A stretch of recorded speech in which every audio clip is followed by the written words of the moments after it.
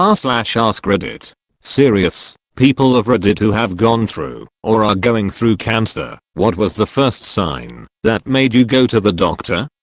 On Christmas Eve 2018, my dad lost the ability to talk except for the phrase "this is crazy." Called paramedics because we thought he'd had a stroke.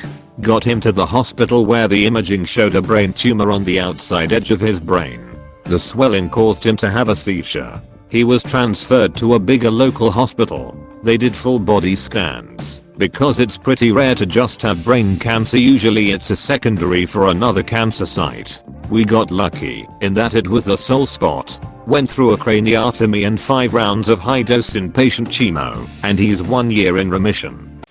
My 33-year-old husband was diagnosed with inoperable glioblastoma, most aggressive brain cancer, in January 2019, when he was 31. What caused him to get a check was persistent headache that didn't go away with paracetamols and sleep. We discovered the tumors after taking an MRI. Needless to say, our lives were changed forever. Now we are at the end of our journey, and it's been a harrowing experience for me as his wife and caregiver. It's a lonely journey. I don't wish it upon anyone, and no one has any idea what glioblastoma is like unless they have gone through it.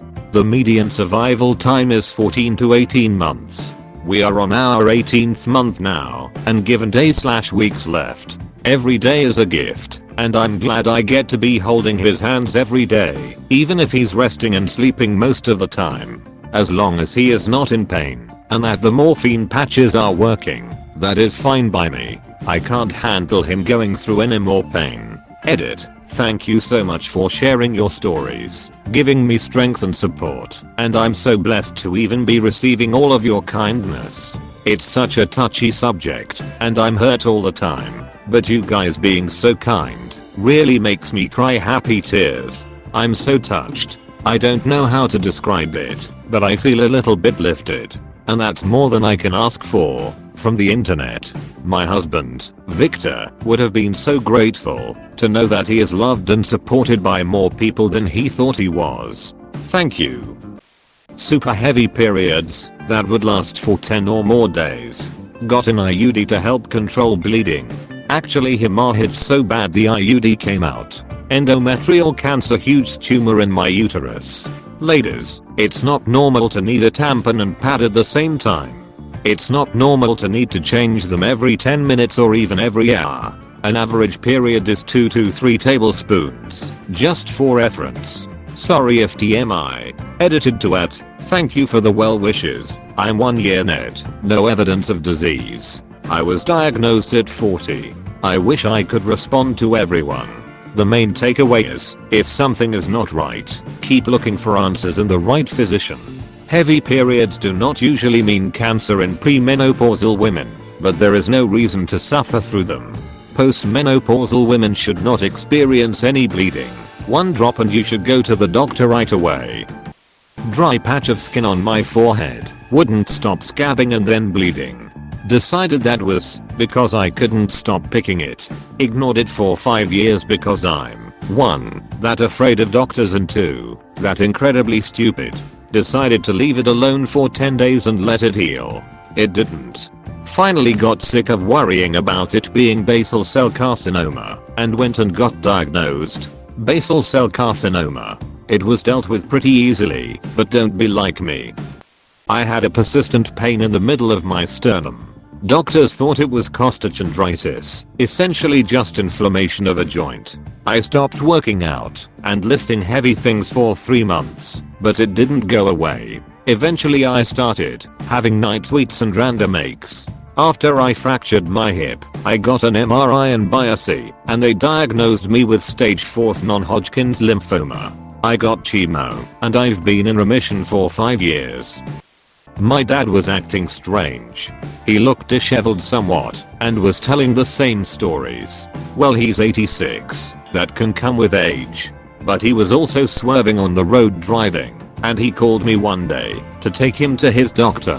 Long story short, stage 4 GBM, brain cancer. Had surgery, was okay for a couple of months, but was gone a couple months after that. Good part was, had no pain and didn't suffer. Edit. Thank you. Seizures. I got seizures out of nowhere during the night. No history of seizures in my family.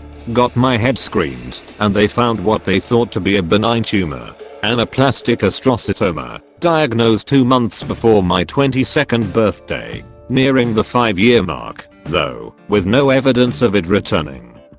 My brother was 11 when he started experiencing symptoms. He started losing a lot of weight, and when he was playing soccer it looked like he was running through mud and couldn't keep up with everyone else. My parents took him to the pediatrician and they couldn't figure out what was wrong. One day, he woke up and couldn't stop throwing up. When he tried to run to the bathroom, he kept running into the door frame and couldn't walk straight.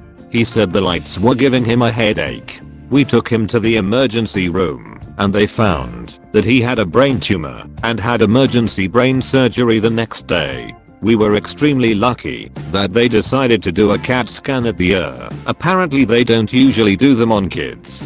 2 brain surgeries and a year and a half of chemo later, and he is in remission now. I felt a pop in my back. It was actually a vertebra breaking. I had severe pain after, and was later diagnosed with multiple myeloma, a blood cancer. That was 5 years ago, and today I'm in remission. I had childhood leukemia. When I was about 10, both of my knees started to hurt progressively more and more to the point where I was limping around. I also couldn't catch my breath. I remember this one lunch lady at school giving me shit for being slow walking up some stairs, and I just didn't know what to tell her because I couldn't go any faster. I went to the doctor once and they said I sprained my knees. I played soccer, so it wasn't impossible, but they never got better. So I went back and they decided to take some blood tests just in case. Thankfully they did, because it turns out my red blood cells were 1/3 what they were supposed to be, hence why I couldn't heal and I couldn't get enough oxygen, ever. That was 20 years ago now, and I got lucky. I didn't relapse. I had friends who did, and didn't make it. IDK. Kinda a personal story that I don't talk about much. Edit. A lot of people have seen this, and shared some great, oddly similar stories.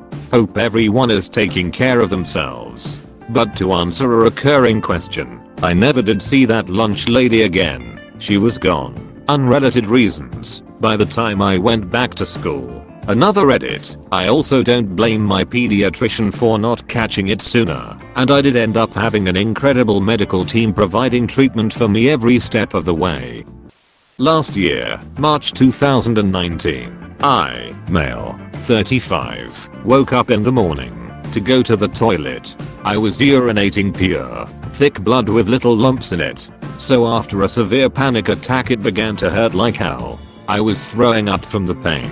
After a day in the hospital and some scans and tests later, they told me to call my parents. So you know you're getting some bad news. It turns out it was kidney cancer.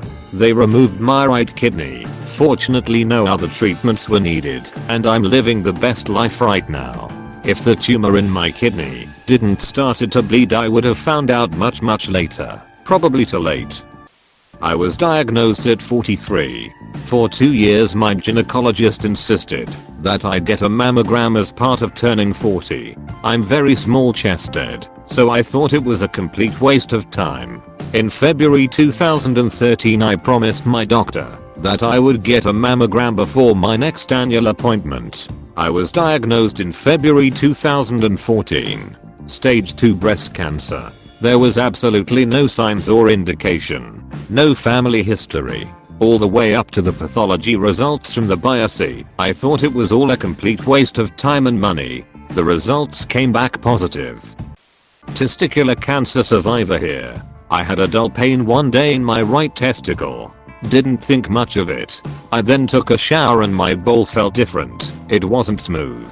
I just felt that something was different. I went to my doctor and asked him to check them to make sure things were normal. He did the check and didn't think things felt off, but ordered an ultrasound anyway. I went and did the ultrasound, and I didn't hear what they found. They just asked me to go back for another ultrasound. The next day I got Told I had to go to the hospital to see the urologist. Within minutes of meeting the doctor, he told me I had testicular cancer and was having surgery that night. It happened so fast. I caught mine early. Now I tell everyone to feel your balls and know you're normal. My dad went to the ER after a big bump had formed on his neck overnight.